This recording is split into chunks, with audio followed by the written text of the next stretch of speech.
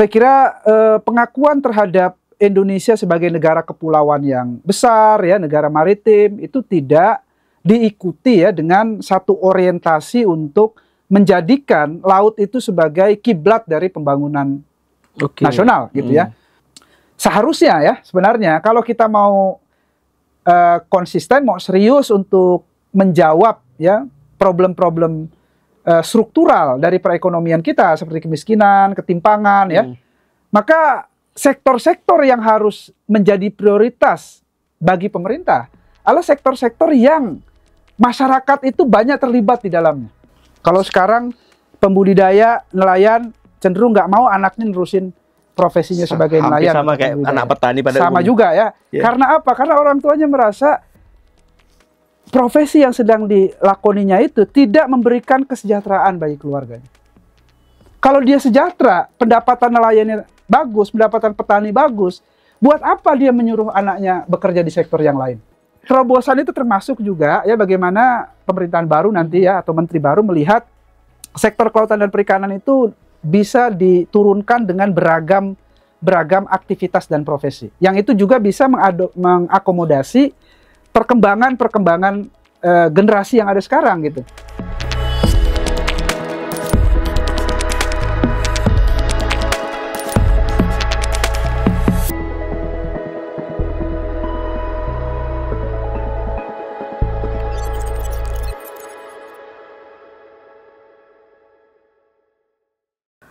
Halo PRC Talk, jumpa lagi dengan kami di podcast yang akan banyak membahas tentang persoalan-persoalan yang serius dan juga sangat sederhana.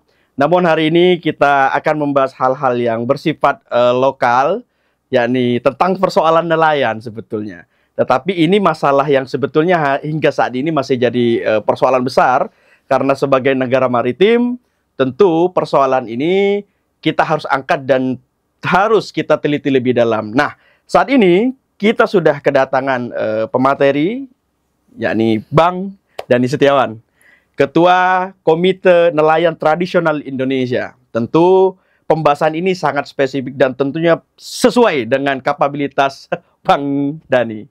Bang, apa kabar? Baik, baik. Okay. Alhamdulillah. Ya. Bang, hari ini kegiatan apa saja di KNPI? Ya, di KNTI itu kan ada di 65 kabupaten kota ya di seluruh Indonesia. Jadi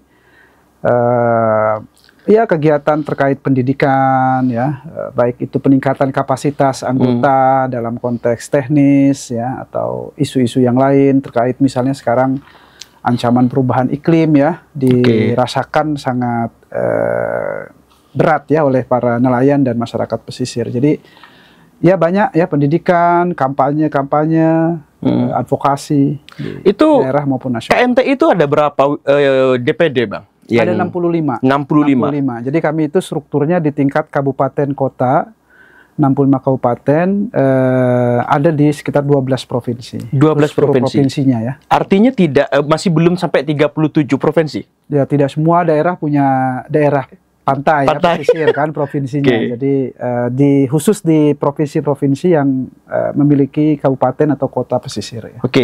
Kang, kalau Bang Dhani, kira-kira persoalan yang hari ini dihadapi oleh para nelayan pada umumnya, apakah ada perubahan atau memang sama saja dari dulu itu? Ya, sebelum itu ya, saya ingin mengatakan bahwa kalau kita lihat data statistik ya, sebenarnya sektor perikanan ini menempati satu peran yang penting ya di dalam pembangunan nasional ya, di dalam perekonomian nasional gitu. Kenapa? Karena kalau kita lihat misalnya angka-angka saja ya, misalnya kita ini adalah negara nomor 2 produsen perikanan tangkap di dunia ya setelah China gitu. Kontribusi sektor perikanan di dalam perekonomian nasional kita itu juga cukup besar ya. Kurang lebih di tahun 2022 itu ada angkanya sekitar 35 miliar US dollar gitu. Dan ekspornya juga sekitar 6 atau 7 miliar US dollar gitu. Ekspor perikanan kita keluar ya. Nah, jadi dan juga di sektor perikanan ini menjadi tumpuan dari lapangan pekerjaan dari jutaan orang ya di Indonesia. Kalau nelayannya saja kan hampir sekitar 3 jutaan ya. Tapi orang-orang yang terlibat secara langsung maupun tidak langsung ya dalam sektor perikanan ini kan banyak sekali ya, baik dia berprofesi sebagai nelayan ya, sebagai pekerja perikanan ya, atau yang bekerja melakukan proses pengolahan ikan ya. Ini banyak sekali perempuan-perempuan di wilayah pesisir yang terlibat dalam usaha semacam ini gitu. Nah, kalau lihat dari sisi itu ya, sebenarnya peranan ya dari sektor perikanan ya itu sangat penting ya, bukan hanya kepada bagi ekonomi tetapi juga bagi keberlanjutan dari kehidupan masyarakat Indonesia ya, karena mereka inilah yang menjadi tumpuan untuk menyuplai kebutuhan protein ya dalam konteks ikan ya, yang kita konsumsi sehari-hari gitu. Nah, namun memang ya di tengah kontribusinya yang besar itu ya, baik secara ekonomi, menciptakan lapangan kerja ya, menyediakan gizi yang baik bagi seluruh masyarakat gitu. Aktornya sendiri ya dalam hal ini adalah nelayan ya, yang mayoritasnya sebenarnya adalah nelayan skala kecil di Indonesia. Itu kondisi sosial ekonominya sebenarnya masih relatif ya tidak beruntung gitu ya. Artinya mayoritas nelayan-nelayan kecil kita itu berada pada kondisi kemiskinan gitu ya. Ini juga dikonfirmasi sebenarnya dari data-data yang juga dikeluarkan oleh pemerintah. Misalnya daerah pesisir itu adalah konsentrasi dari kemiskinan ekstrim ya di Indonesia gitu. Jumlah kemiskinan antara daerah pesisir dan non pesisir itu lebih banyak di daerah pesisir yang notabene kehidupan ya atau aktivitas profesi warganya adalah nelayan atau yang mengandalkan ya pekerjaannya pada sektor perikanan gitu. Oke Kang, Bang Denny misalnya, ini kan apa semua nelayan itu memiliki perahu atau tidak? Ini kan banyak dipertanyakan. Ya nggak semua ya, ada kategori ya, ada nelayan yang apa namanya punya perahu sendiri ya dengan berbagai ukuran ya, dari yang kecil sampai yang besar gitu ya. Ada juga nelayan-nelayan yang bekerja ya menangkap ikan itu yang kapalnya itu artinya dia meminjam ya kapal itu. Ada sewa pinjam begitu. Ya terutama ya dari apa namanya juragan-juragan lah gitu ya, kalau bos-bos lah gitu ya, toke atau apapun ya penyebutannya banyak gitu.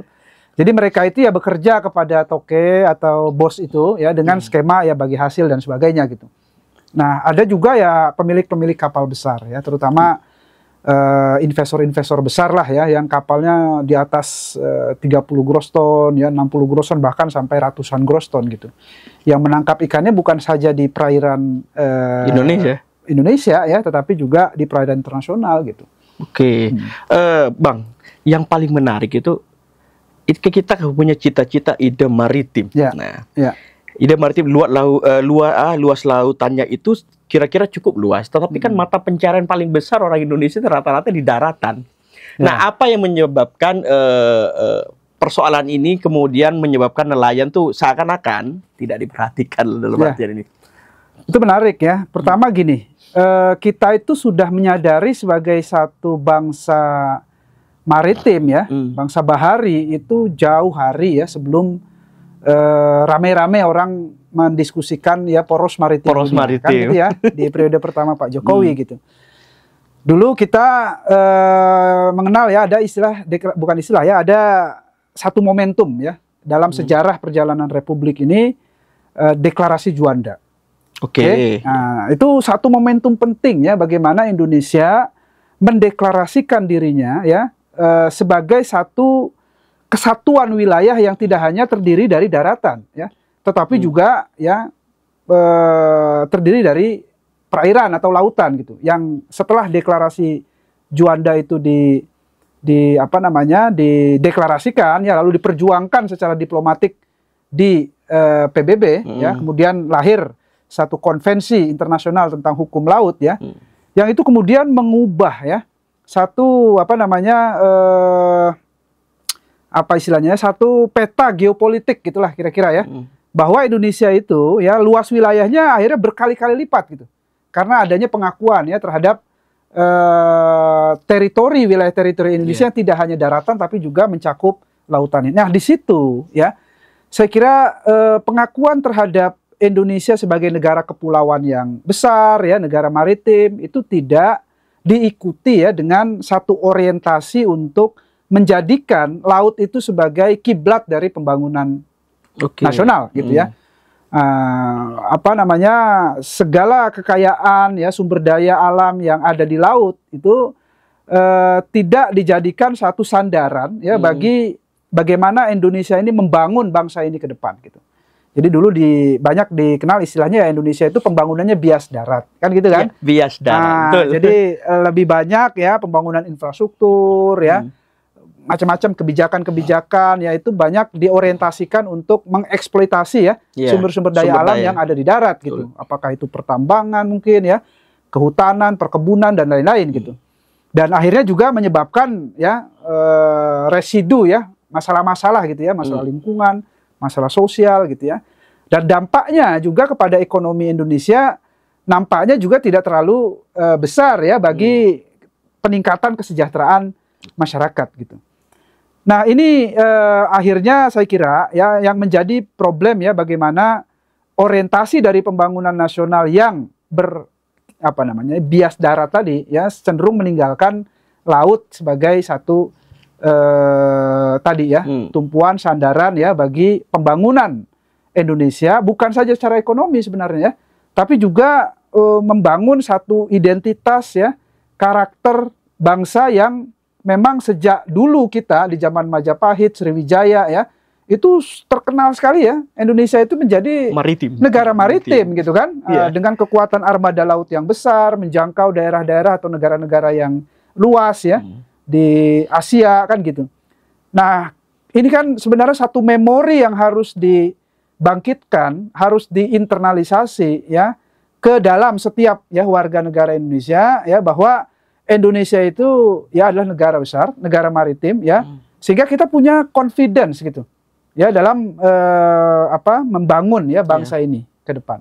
Bang, hampir 1 dekade Pak Jokowi ini memimpin Republik dengan maritim dunia. Nah, dari pengalaman Bang Denny, sejauh ini apa yang sudah dibangun Pak Jokowi dalam untuk merepresentasikan ide maritim ini? Ya, kita dulu di periode awal Pak Jokowi ya tentu senang sebenarnya ya, gembira, mengapresiasi bahwa ada presiden yang menempatkan ya visi maritim itu di dalam agenda pembangunan ya, atau di dalam agenda atau program ya kepemimpinan beliau ya sebagai presiden. Yang dulu kita kenal ya Indonesia sebagai poros maritim dunia gitu. Nah, ini saya kira satu turning point ya untuk kebangkitan ya sektor kemaritiman, kelautan, perikanan di Indonesia gitu. Kalau kita lihat apa yang sudah dilakukan ya, memang kalau yang banyak didengar publik ya, itu ada satu program namanya Tol Laut, ya kan gitu ya. Nah, bagaimana infrastruktur transportasi terutama untuk menyambungkan satu wilayah ya, kepulauan-kepulauan di Indonesia ya, memberikan subsidi ya kepada transportasi laut gitu ya, untuk bisa menjangkau ya pulau-pulau terluar ya, pulau-pulau kecil di Indonesia gitu. Nah, memang hal ini satu gagasan ya, satu program yang penting. Oke. Nah, namun tentu saja harus diikuti dengan kebijakan-kebijakan yang konsisten gitu. Kenapa gitu ya? Karena misalnya contoh, kalau transportasi laut itu ya dimaksudkan ya untuk menggerakkan pulau-pulau terluar ya, meningkatkan mobilisasi barang maupun orang dari satu pulau ke pulau yang lain melalui transportasi laut, kan perlu dipikirin misalnya bagaimana menggerakkan ya perekonomian di daerah-daerah atau pulau-pulau yang selama ini tertutup gitu ya. Selama ini aktivitas ekonominya itu lebih kecil, lebih sedikit daripada pulau-pulau besar seperti di Jawa, Kalimantan, Sulawesi gitu ya, yang besar-besar gitu. Sehingga ketika terjadi ya pertukaran tadi itu ya, atau misalnya kapal-kapal itu datang ya ke pulau-pulau itu juga sekaligus ketika mereka kembali lagi ke Jawa ataupun ke Kalimantan, ke Sulawesi, mereka bisa membawa misalnya produk-produk yang dihasilkan dari pulau itu, kan gitu kira-kira ya. Sehingga apa? Sehingga perekonomian di pulau itu bisa tumbuh. Ya, apakah itu produk kelautan, perikanan, produk perkebunan, ya, produk pertanian dan lain-lain gitu ya. Nah itu kan esensinya sebenarnya ya, selain memudahkan lalu lintas atau memudahkan mobilisasi orang ya dari satu pulau ke pulau yang lain, tapi juga yang penting adalah bagaimana infrastruktur laut itu bisa menggerakkan ya pertumbuhan atau perekonomian di banyak wilayah ya, terutama di pulau-pulau yang selama ini tidak terjangkau oleh transportasi gitu. Nah ini saya mendengar atau saya melihat sekarang perjalanannya agak mandek gitu ya. Nah, mandeknya itu gimana? Ya mandeknya itu gini ya. Ya ternyata kan memang nggak mudah ya menggerakkan ekonomi di pulau-pulau kecil itu kan gitu. Ya apalagi subsidi yang diberikan negara kepada transportasi laut itu kan juga cukup besar gitu kan. Nah ini tantangan sebenarnya ya. Ya tentu saja sebagai sebuah negara yang puluhan tahun meninggalkan lautnya ya, meninggalkan pulau-pulaunya kan gitu ya. Ya tentu saja harus butuh waktu kan untuk menjadikan ya mobilitas sosial, mobilitas ekonomi itu terjadi gitu, di daerah-daerah itu. Nah yang paling penting adalah kan konsistensi dari kebijakan, ya kan, nggak hanya bisa dirubah dalam waktu setahun 2 tahun gitu ya, atau satu periode pemerintahan gitu. Nah ini legacy atau kebijakan yang sudah ditetapkan itu ya mestinya harus dilanjutkan ya. Satu kebijakan yang baik semacam itu ya, itu harus ditambah, dilanjutkan ya, disusun ya satu rencana-rencana yang lebih detail gitu. Ada juga sebenarnya satu rencana atau kebijakan untuk mendorong industrialisasi ya perikanan gitu. Nah, atau sekarang banyak kemudian dibicarakan mengenai hilirisasi ya sektor perikanan. Bukan hanya nikel ya Bang? Bukan hanya nikel ya, ada 8 sektor sebenarnya selain pertambangan ya. Ada perkebunan, ada kehutanan ya, perikanan, kelautan gitu. Nah, ini adalah sektor-sektor strategis ya. Kenapa saya bilang strategis? Karena dibandingkan sektor pertambangan misalnya, ya, yang padat modal, padat teknologi, betul. Serapan tenaga kerjanya juga nggak terlalu banyak, ya. Kalau kita masuk, ya, pemerintah menseriusi kebijakan industrialisasi atau hilirisasi, ya, di sektor yang tadi saya sebutkan, ya, perkebunan, perikanan, kelautan, ya, kehutanan, itu jutaan orang akan terserap lapangan kerja di sektor ini, gitu, ya. Sekarang saja sektor pertanian misalnya ya atau perikanan yang belum dilakukan satu atau belum ya kita baru mulailah gitu ya dilakukan satu transformasi menuju hilirisasi atau industrialisasi, itu aja orang yang terlibat udah jutaan orang gitu loh. Walaupun sebelumnya mereka tidak pernah terlibat dalam usaha perikanan, Pak? Bukan, maksud saya nelayan. Ya? Orang yang sekarang profesinya sebagai nelayan saja ya, itu aja udah sekitar 3 jutaan kan gitu kan? Kan gitu ya. Kalau hasil dari produk perikanan itu ya didorong untuk dilakukan hilirisasi, artinya setiap ikan yang ditangkap itu tidak langsung dijual, kan gitu kan? Tapi diolah ya, lalu kemudian dijadikan ya bahan pangan yang sudah dibungkus dengan baik, kan gitu ya. Melalui satu proses sentuhan teknologi gitu kan. Sehingga dia ketika dijual harganya lebih mahal gitu ya. Nah, jadi ikan kaleng, jadi file, jadi apa segala macam kan gitu ya. Ini aja kalau ini kita seriusi dengan potensi perikanan kita yang besar ya, sekitar kan kalau potensi perikanan kita sekitar 12 juta ya.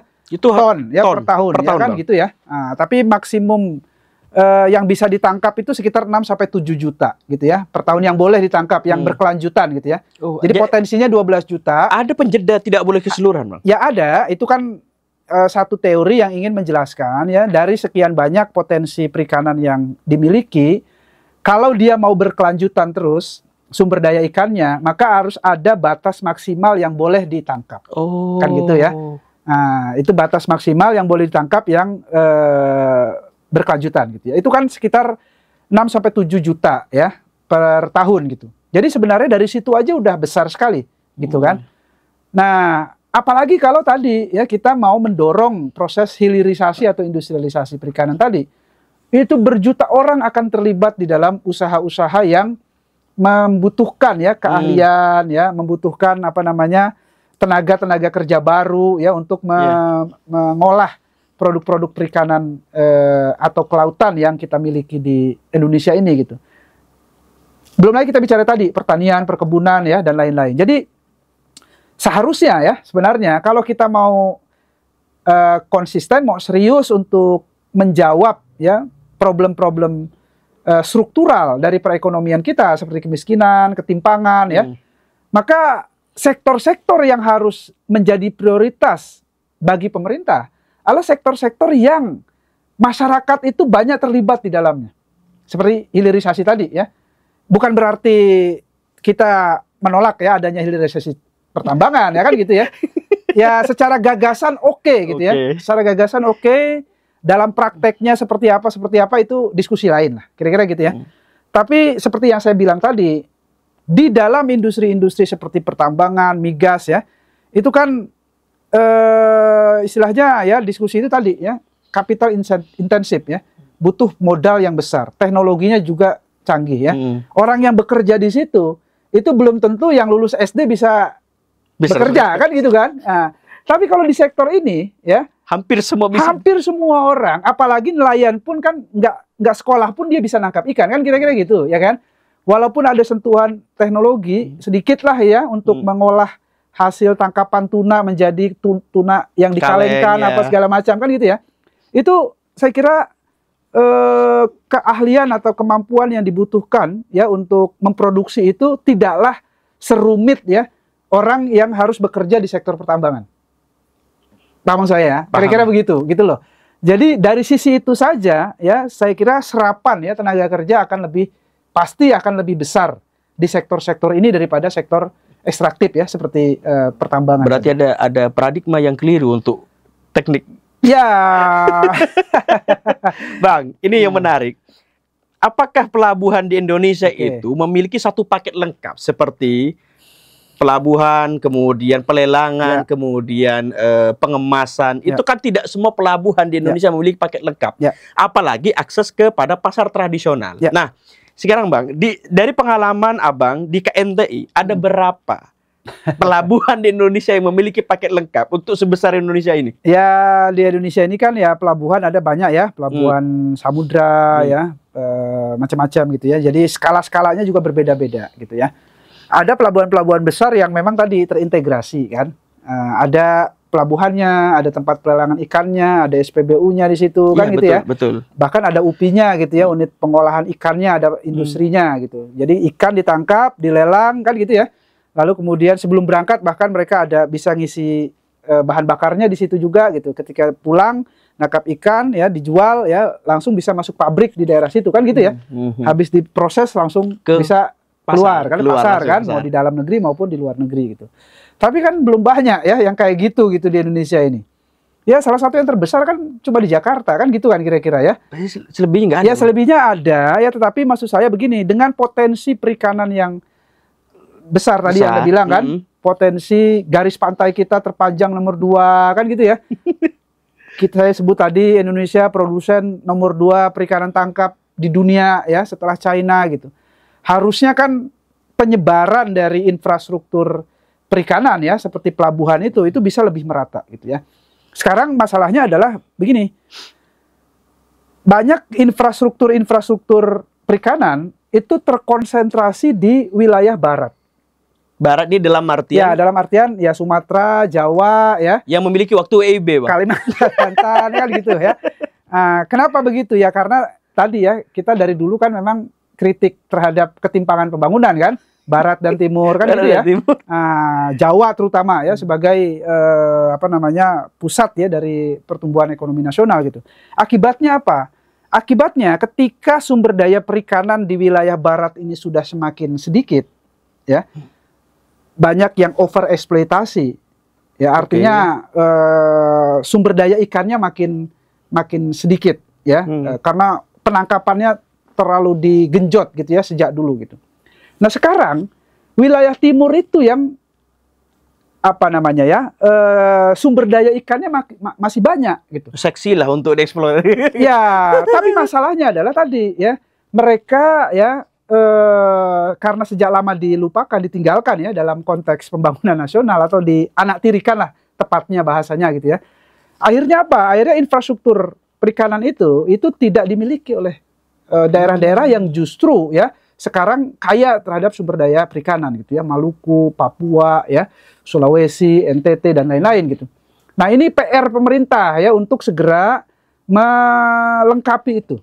Ya, karena Anda bisa bayangin ya, kalau nangkap ikannya di Maluku, ini yang terjadi oleh Indonesia sekarang juga ya. Gimana tuh? Nangkap ikannya di Maluku, di Papua ya, di Sulawesi, di NTT ya.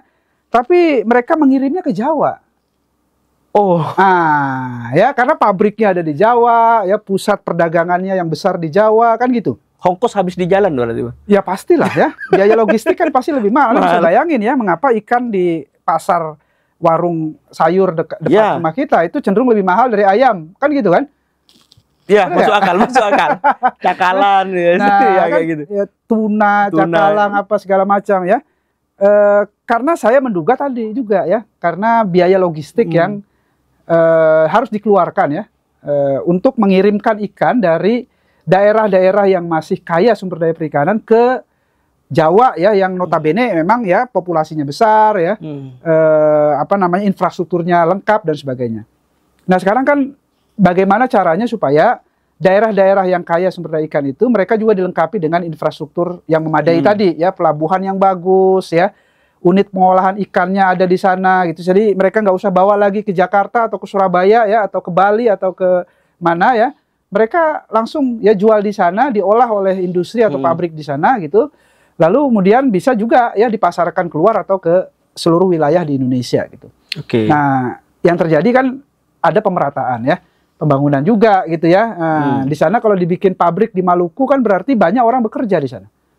Ini yang tidak terjadi sejauh ini, Bu. Sedang menuju ya, atau ya kita relatif terlambat gitu kan untuk melakukan itu. Tapi saya tidak mengatakan tidak dilakukan oleh pemerintah, karena misalnya sekarang di Bitung ya, di Ambon ya, pemerintah mendorong tadi ya membangun infrastruktur penting ya di dalam sektor perikanan gitu. Bang, yang paling kita ingin tahu juga sebetulnya ada nggak yang negara yang sebetulnya memiliki potensi perhatian tuh lebih besar pada perikanan perlautan, walaupun garis pantainya lebih sedikit. Ada nggak, Bang? Ya, kalau yang sering dicontohkan sebenarnya Norwegia. Norwegia. Ya, Norwegia itu dulu mengandalkan ya, atau ada satu aktivitas penangkapan ikan salmon ya. Oke. Di Norwegia itu terkenal sekali kan. Dulu mereka menangkap salmon itu di laut gitu. Ya. Penangkapan langsung kan gitu ya. Tapi kemudian mereka berinovasi ya, lalu kemudian menjadikan bagaimana ikan salmon yang ditangkap di laut itu bisa dibudidayakan. Terjadi dan berhasil. Itu dilakukan. Berhasil loh, Bang. Dan berhasil. Oke. Dan sekarang ya kalau nggak salah ya, saya kira ya kontribusi ekspor ya ikan salmon Norwegia itu cukup besar sekali bagi negaranya gitu ya, karena tadi inovasi teknologi yang dilakukan itu berhasil meningkatkan ya kapasitas produksi dan kontribusi terhadap perekonomian mereka gitu. Jadi kalau serius sebenarnya ya, bahkan sekarang Norwegia dulu kan Norwegia mengandalkan dari migas ya, dari pertambangan migas selain sektor yang lain ya seperti perikanan. Sekarang sektor perikanannya udah meningkat luar biasa. Sekitar 30% dari PDB mereka dikontribusikan dari sektor perikanan. Gitu. Akibat dari sentuhan inovasi teknologi ya, keberpihakan pemerintah terhadap sektor ini gitu. Sehingga Norway ya, meskipun negaranya kecil, garis pantainya pendek gitu ya, kecil ya, tapi mereka bisa berperan cukup strategis dan penting dalam perdagangan ikan di dunia gitu. Bang, yang paling menarik adalah Abang bisa nggak melihat sebetulnya kalau kita tanya ikan apa sih yang paling banyak nelayan kita hasilkan? Kedua, apakah perlindungan nelayan di Indonesia itu diberikan secara baik atau tidak? Ya kalau jenis ikan kan banyak sekali ya. Nah, nanti saya kalau menyebutkan dapat sepeda apa enggak? Tapi gini, yang prioritas ya, yang sedang dijalankan oleh pemerintah, terutama dalam konteks kebijakan hilirisasi, itu kan 3 jenis ya, itu tuna, tongkol, cakalang, ya untuk perikanan tangkapnya. Untuk perikanan budidayanya itu ada udang ya, ada rajungan gitu. Nah, jadi ya saya kira ya untuk melakukan exposure tadi ya, dalam konteks bagaimana sektor perikanan kita ini bisa lebih berkontribusi pada perekonomian, kesejahteraan masyarakat, ya memang nggak bisa juga semua ikan diurus jenisnya gitu ya. Nah, mengapa 3 hal ini? Saya kira karena satu, pasarnya tidak hanya di dalam negeri ya, tetapi juga internasional ya, pasar luar negeri. Nah, sekarang tantangannya seperti saya bilang tadi, tantangannya adalah gimana kita ekspor cakalang, ekspor tuna, ekspor tongkol itu tidak hanya tuna mentah gitu ya, tapi tuna sudah diolah ya, yang bisa harganya bisa lebih tinggi di luar, pasaran kan gitu ya. Nah, seperti yang sudah kita diskusikan tadi. Begitupun udang dan lain-lain. Nah, sekarang apakah kita punya regulasi perlindungan? Ada ya. Sejak tahun 2017 sejak tahun 2016 kita itu punya Undang-Undang 7 2016 tentang perlindungan dan pemberdayaan nelayan, pembudidaya ikan dan petambak garam. Oke.